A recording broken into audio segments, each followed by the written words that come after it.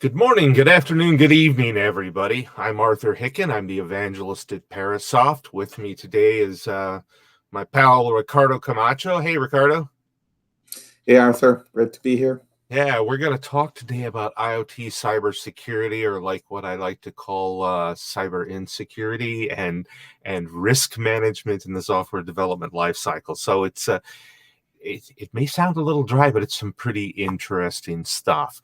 We're going to talk a little about the Wild West of connected devices today, connected medical devices, some challenges, some of the testing methods, about TARA, which is not a person, but threat analysis and risk assessment, how to manage security, and we have Q&A going. So get your questions into the queue there, and we'll either handle them at the time or we'll handle them at the end. We will have an actual few minutes there for Q&A, so feel free to put that box and use those there. So turn off the cameras for performance reasons so you guys can for sure get a good thing going. So internet connected things are everywhere, right? You go around now, you go to the gas station, you go to an airport, you get in a car, and there's not just very clever devices, but they're connected to remote services. Over 50 billion connected things projected. I'm starting to believe that number is a gross underestimation. And this connectivity is interesting because on one hand, it brings all these really cool capabilities of doing things. And on the other hand, it brings all kinds of opportunities for bad actors and adversaries to threaten our infrastructure, our safety, our stability. And the existing network infrastructure simply isn't ready for the volume of traffic and the volume of threats that are coming because of this. IoT attacks happen all the time. I have a little thing that I call the IoT Hall of Shame. It's a lot of fun. Anything from network devices, home routers, smart cameras, cars, medical imaging devices, credit card swipers, your meter outside your home. These are all things that get hacked constantly. And if you follow IoT hacks in the news, you'll see this is just a very, very regular event. And if we look, they're in safety critical spaces. It's not just strange toys and cameras. It's the group I like to call planes, trains, and automobiles, right? And we see airplanes getting hacked, we see trains and train infrastructure being attacked, we see various types of automotive attacks against various parts of the system, and ships, like ship GPS spoofing to put ships on the wrong route, medical devices, especially through imaging systems, right? And they've been using imaging systems again because things are interconnected.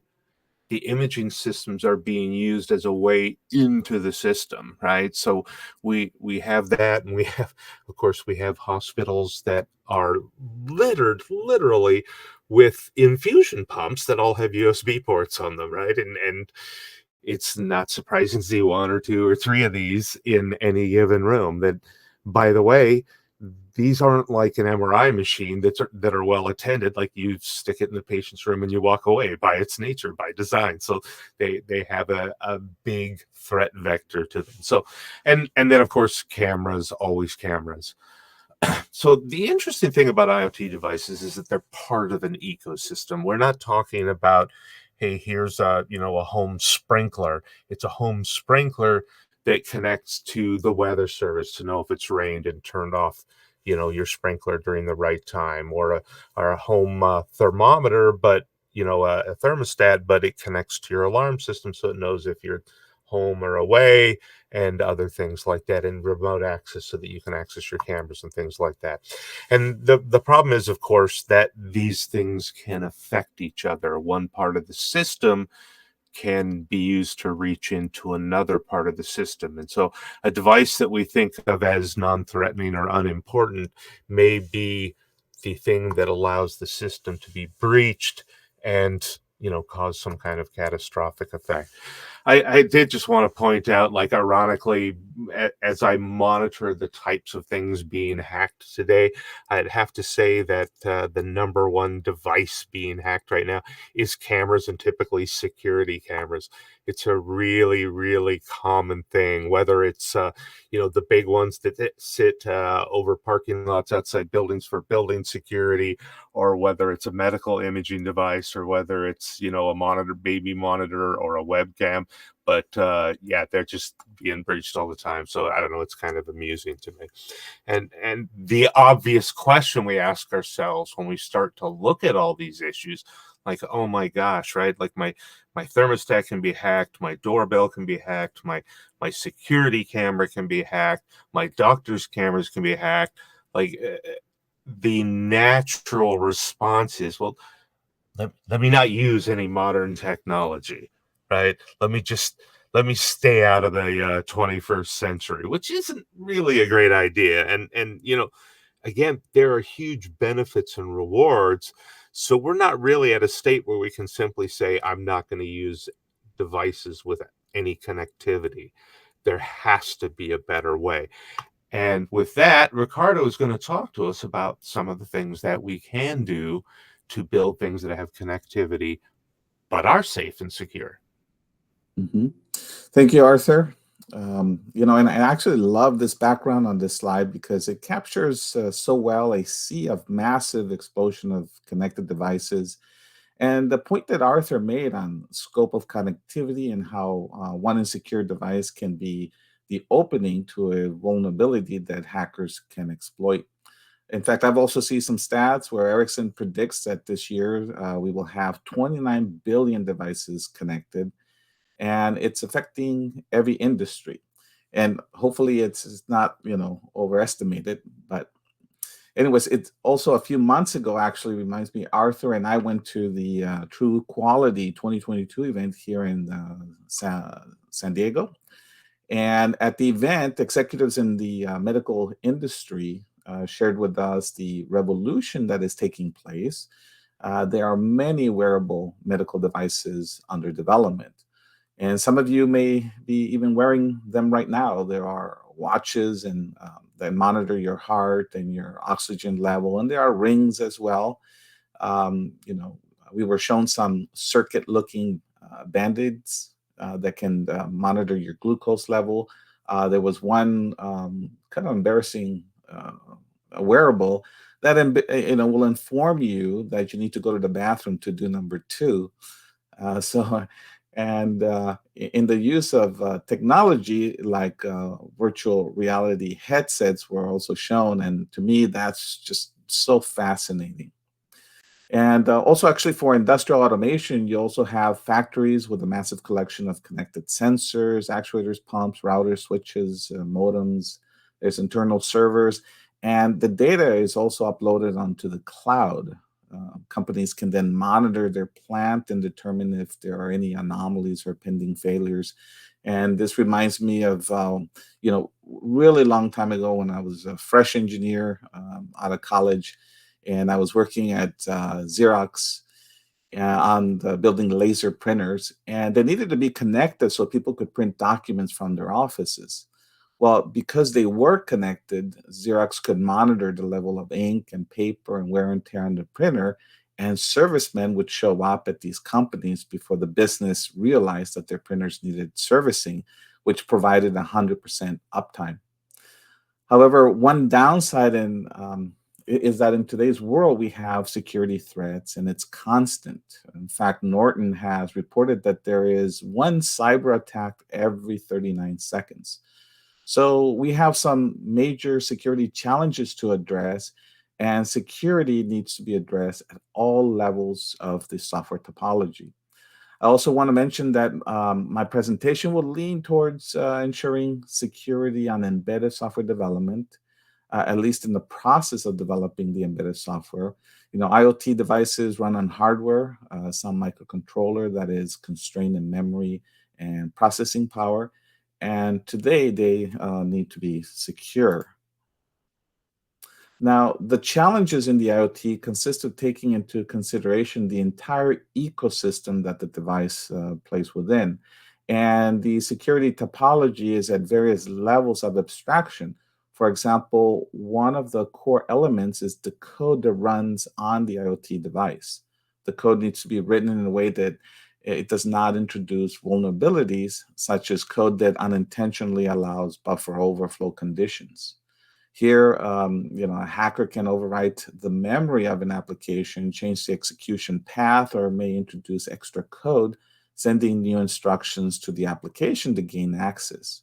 You need to secure the IoT device, and SAST and DAST testing is a highly recommended approach. SAST is static analysis for security vulnerabilities of the code, and DAST is security testing, performing certain testing methods through execution. Note that another way to secure the device is by authentication. So, providing unique identities and passwords is a smart added on feature. Today, you have wireless software updates, and this includes the BIOS and device drivers on your IoT device or hardware. It's known that vulnerabilities in these downloads have been exploited. There are other mitigation options like using a VPN, but for securing data, encryption is strongly recommended. Even if the data is acquired, its encryption protects the data from being consumed and used for malicious purposes, at least for now, before quantum computing becomes easily available, but that's a whole other topic. Anyway, the list that I have here shows vulnerabilities at various abstraction levels and some mitigating methods available. Ultimately, you need to test at various abstraction levels, and there are a variety of testing methods at your disposal. So let's take a glance at some of these testing methods. So here's a list of some of the most common security testing methods to help secure your application, your system, and or your ecosystem that you're running within. For static analysis, you have security coding standards like CERT, CWE, OWASP, and even MISRA has incorporated security guidelines. These standards will analyze your code and can flash out many vulnerabilities. I highly recommend this as your first layer in protection towards implementing software cybersecurity. This testing method is automated through solutions like what Parasoft offers here. And to me, it's really a no-brainer. There is unit testing to make sure your code unit and its functionality is secure. In fact, this leads me to fuzz testing. Fuzz testing is where you inject invalid, malform, or unexpected inputs to expose vulnerabilities. Fuzz testing can be performed at the unit level and on up the abstraction level of software testing, such as in integration testing and system testing. Integration testing will test selected capabilities within the system. System testing is testing the system as a whole. So for these test methods, you will want to test to your security functional requirements and ensure that your security measures have been properly designed and implemented. Now, software systems or devices exchange data. They communicate by using an application programming interface or API. The API defines how requests can be made, how responses are made, how the data is formatted, and how the exchange happens, and quite a bit more. Anyways, the purpose of API testing is to check the functionality, reliability, performance, and security of the programming interfaces. So it helps determine whether the API is functional. Does it expose any access to specific resources or data? And if it does, the resource may need to have authorized access, and the data perhaps also be encrypted. There's also vulnerability scanning. It's an automated test that scans for different ways or methods that hackers can exploit your network. The scan creates an inventory of all systems connected to the network, and for each device that is identified, it may also attempt to identify the operating system that it's running and the software installed on it, along with other attributes such as the open ports and are there any user accounts. Basically, searching for a way in. As an example, SQL injection can be automated for the purpose of simulating a way for a hacker to try to get into your database through the web browser. Penetration testing is similar, but it's typically a manual process performed by experts that dive deeper into your environment than an automated vulnerability scan does. It can involve the attempt to breach any number of application systems through the APIs, through front end or back end servers, and SQL injection, but it's done in an ethical scenario for the purpose of finding vulnerabilities. The last one here is load testing. My son was visiting me this weekend, and he was complaining about this game called Overwatch, and he was trying to play it, but he wasn't able to log on, and it's due to this thing called DOS or DDoS attack. So these networks consist of computers and other IoT devices which have been infected with malware, allowing them to be controlled remotely by an attacker. Now, these individual devices are referred to as bots, and the hacker can have each bot send requests to the target's IP address, causing the server or network to become overwhelmed, resulting in a denial of service for normal traffic. So load testing can help you identify the breaking point that your website can handle, and then you can plan on how to address this scenario. So breaking points include network bandwidth, CPU utilization, firewall, database input-output, and other resources. Now that we have discussed some testing methods, let's shift into how do we go about capturing the potential threats, assessing the risk level of that threat, and knowing what type of countermeasures to deploy. So there are frameworks or approaches to performing your threat analysis and risk assessment, or TERA for short. It's a process to identify possible risk factors, vulnerabilities, and non-compliant elements of your software. It helps teams identify insecure spots or compliance issues with their software in a way that promotes security mitigation earlier in the software development lifecycle. There are approaches defined by ISO, NIST, Octave, MITRE. Some of you are probably very familiar with CWE, or Common Weakness Enumeration, which plays a role in approaching a TERA strategy. CWE, again, is a community that plays a role in approaching a TERA strategy. MITRE owns and maintains the CWE, which is a community-powered catalog of various risks across many industries, including automotive. Now, CWE makes vulnerability management more accessible and easy to digest.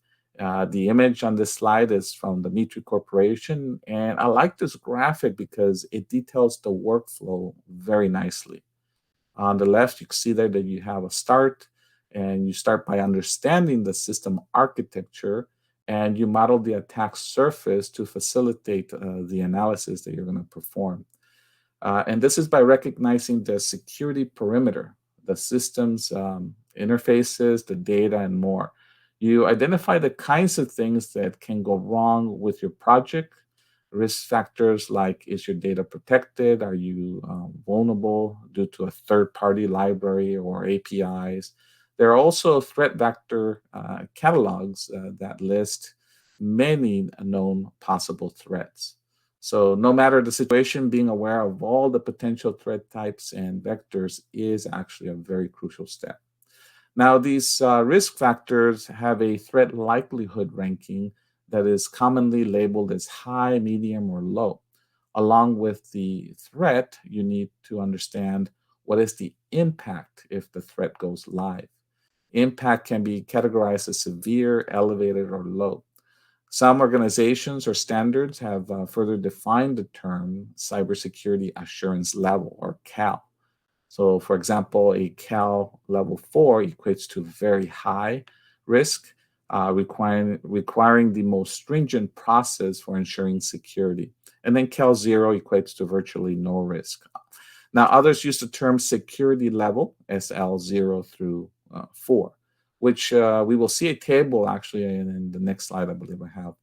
But before we go there, the next step in the process is to define a vulnerability matrix. This is where you have captured or defined, identified, classified, and prioritized vulnerabilities that are specific to your computer systems, applications, digital assets, and network infrastructures. Anyway, in the interest of time, I have to cut this short, but you then determine the countermeasures for your high priority vulnerabilities, then your medium, and then your low, and you start to implement those. Now, this is an example of a risk rank calculations table taken from standard IEC 62443 based on quantitative weight and other factors. A qualitative level of or risk rank assessment can be applied. Security level 0 implies no security protection is necessary, on up to SL4, where it is highly recommended that you provide protection. Now, this is an example of countermeasures to apply based on the security level assigned. Note that the X specifies a recommendation that the countermeasure be applied. One other important aspect of these countermeasures is that they become functional or non-functional requirements. These requirements need to be decomposed and considered throughout each of the phases in your software development. They impact the design, development, and verification of your system. And I'm going to actually step you through this workflow. If you have been developing safety in your systems, incorporating these security requirements will be actually very straightforward. Now, system engineers and software engineers that have been deploying, again, software systems that are safety critical will be very familiar with this picture. It's the V-model process that you find in safety standards like IEC 61508, IEC 62304, ISO 26262, and then there are, quite a few others. Now, if you have regulatory requirements to build safe systems, you've been doing this again, this is not a mystery to you. I'd also like to add one more thing. The V model is not the waterfall methodology. It is simply a recommended process. How the user actually determines to implement the process, whether it's waterfall or an agile methodology, it's completely up to them. Anyways, to address software cybersecurity, you have security standards like IEC 62443 for industrial automation, ISO 21434 for automotive, DO 326A for avionics, and again, the list goes on. Now, these standards also mimic each other very much. They express the same process phases, requirements management, design, implementation, and verification validation. If you're not familiar with the V model, the left side is about design and development of your system. This includes capturing all your requirements and decomposing them. The right side is about verification validation of all your requirements. So lots of testing to ensure that all your requirements are satisfied. So let's step through these phases with focus on security and its verification and validation. At the top here, at the system level, on the left, you gather all your security requirements. These come from government regulatory mandates, the customer, your Terra analysis, and your security and systems engineers experience. On the right side is where testing is to take place. So while you define your security goals or requirements, you also need to define the testing that needs to take place. The test cases at this process level is defined by the security and systems engineers. So they are captured in text format. The text actually describes what to test and how to test the system. At this level, you will have system level test cases to verify and validate your security requirements. Other testing like API, PEN, fuzz, and vulnerability scanning most likely will be recommended. The organization's QA team will realize the test cases into actual executable test cases, because remember they're text-based initially, and then the QA team will actually realize those. Now, these test cases are linked back to the security requirements, providing traceability. Traceability is also required through most of all of these standards.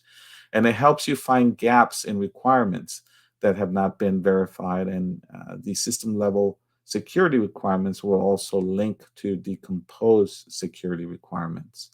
And what I mean by this is that system level requirements get detailed, or they get decomposed into more granular security requirements. And this is actually what happens in the next phase of the software development lifecycle. So let's step into that. As you take these security requirements and incorporate them into the architectural design, for example, you take a system level requirement such as encrypt all data. Well, there are various locations that data may exist in. A database is one of those places. So the subsystem or part of the architecture responsible for managing the database needs to encrypt the data. Data may also be coming in from some servers, client connections. The subsystem responsible for managing incoming data will also need to encrypt the data. Then you have data going out. So there may be another part of the architecture responsible for manipulating the data, then encrypting it before it goes out.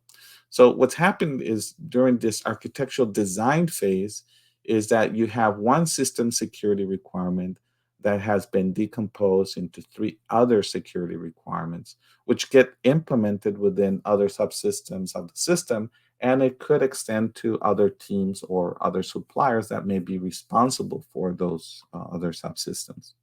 Now, to ensure that these decomposed security requirements are satisfied, test cases need to be defined for each of these security requirements. Again, the test cases are written in text format and realized by a software engineer and or a QA team to test these high-level functional capabilities or requirements. At this phase, this is referred to as integration testing, and other testings like API, pen fuzz, and vulnerability scanning may also be recommended. Traceability links between the decomposed security requirements and the parent system security requirements needs to be done, and links from high-level requirements to test cases that verify and validate each of the decomposed security requirements also should be performed. Now, these decomposed security requirements are commonly referred to as high-level security requirements. So to quickly recap, your system security requirements get decomposed to high-level security requirements. And the next step is to decompose these high-level security requirements further into low-level security requirements. And this is actually the next phase of development. If we take the encrypted data for the database requirement, it will likely be decomposed into functional requirements such as encrypt the data, decrypt the data, check that the data is encrypted, and there may be more functional requirements like decrypt only with authorization access. Now, each of these decomposed requirements is referred to as low-level requirements. So you can see that now we have even more security requirements. Now, to ensure that these low-level security requirements are satisfied, again, unit test cases are defined by the security or systems engineer in text format. Now, however, some organizations actually don't do this. They leave it up to the software engineer who will be implementing the code to create the test case.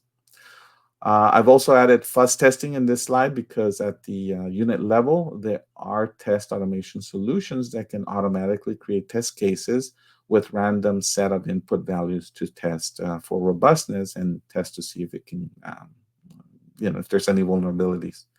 Traceability, again, is crucial. Links between parent requirements and low-level requirements, plus the test cases that satisfy the low-level requirement need to be done.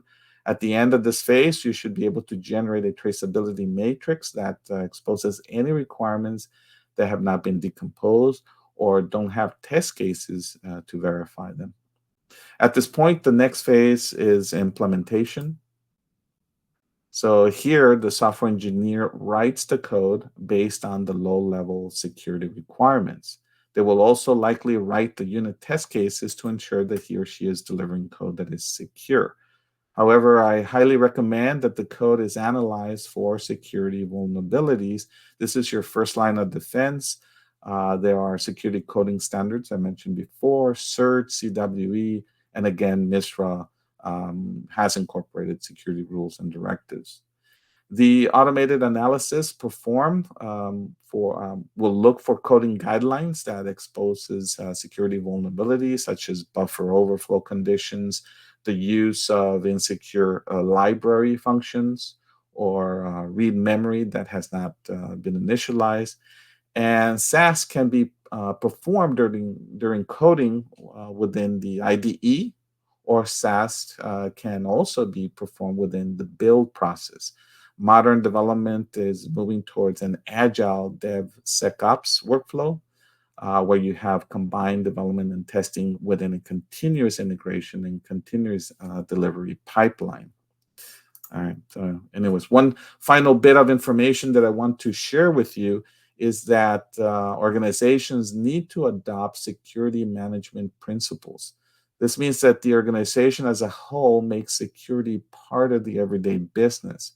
For example, a team of security engineers, you need to have that team so that they can stay on top of regulatory requirements and that they support systems engineering with security requirements. They need to work together in defining, controlling, and improving these processes. This will lead to reducing redundancy, lowering costs, preventing mistakes, and it will let your customers know that you are also serious about security and the products that you deliver are secure. Some of the standards that help organizations achieve a level of compliance towards security is ISO 9001 for industrial, ISO 9100 for aerospace, ISO 13485 for medical industry, ASPICE for automotive, and again, the list continues to go on. All right, so we're getting pretty close to the end here of the presentation. I highly recommend that you visit our website, parasoft.com. We have tons of content on software testing and best practices.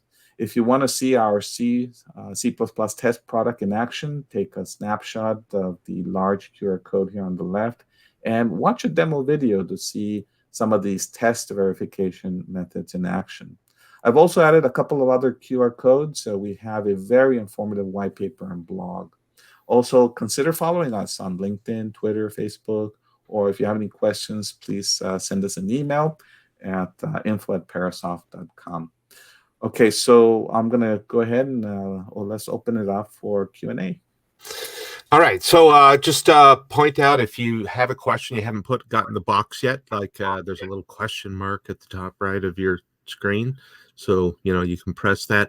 Also, just in case you haven't noticed it, there's a little like paper clippy thing up there. And we've put some attachments there that you can just download some of these things. So we have an end-to-end testing strategy white paper is right there. You can just download it right away. And we got a VDC market report on security tools. And a link to the demo is right there as well. So if you don't want to do the QR code, you can just go click those things right now and off you go. So we do have a couple questions that came in, Ricardo, and one is, how do you physically manage the countermeasures that have been identified during the TARA process? Okay. Yeah, there are specific Terra analysis tools or solutions from companies like, and I hope I'm pronouncing the name correctly, Itemis, Yakindu, and there's also another company called Enco that has SOX, I believe is the product. Now, these solutions help you in the threat analysis and risk assessment. They actually help you go through that whole process. And along with capturing the countermeasures, some organizations just depend on these solutions, but others will translate these countermeasures into requirements. We'll go that step and then plug those requirements into their ALM or PLM or requirements management tool, such as Polarian or Codebeamer, JAMA, and there are others. Now, in these requirements management tools, you will perform the decomposition of these requirements that I talked about and ensure that they get implemented in the design and the software is tested for verification and compliance needs, like the ones that, of course, Parasoft offers. All right. Another question that came in: what's the meaning of compliance in cybersecurity? That's a good question. Yeah. So compliance means that you are adhering to a set of standards or standard defined by an organization, such as the International Electrotechnical Commission (IEC), or the International Organization for Standards (ISO), or even IEEE and other organizations as well. Now, also, there are government agencies that require regulatory compliance and certification in order to sell your product. So basically, there are a collection of cybersecurity requirements that must be met. And some of the standards provide best practices on how to develop and test your software system to protect it against, the most common cybersecurity attacks like SQL injection attacks, malware, denial of service. But what to consider regarding cybersecurity, and what to consider, during each phase of your software development. So you need to consider at all of these different phases. So when you provide the proof that the standards recommend that you have, you then are achieving compliance to those standards. All right. So one thing I noticed, Ricardo, when I look at these kinds of things is that there's definitely a lot of process and manual effort. I mean, a lot of it's thinking, right? Like threats, you can't automate like threat assessment, right? You need to think about threats. But in the end, the practical, now that I've thought about things and planned things and created things, I should be able to automate a lot of the practical day-to-day validation and verification that I'm doing these things. So what are the things that can be automated? Well, we covered a few things. I mean, and if we talk about verification validation, you can automate your static analysis, and like I mentioned, you can perform it individually as an engineer is building their code, or you can incorporate it as part of your build process. So as soon as you trigger that build, it'll go and perform these testing, and it could be security static analysis, it could be unit testing, and the unit test cases that you build should, try to verify those security requirements. You also have structural code coverage, and that's just to ensure that you've tested all your code to see if you've done enough testing. And there's API testing, there's vulnerability scanning. All those things can be automated to help you flush out a lot of these security issues. All right. So once again, everybody, if you go to this side here, there's some links that you can download some documents. If you go over here, there's some QR codes, and you can check out webinars, etc.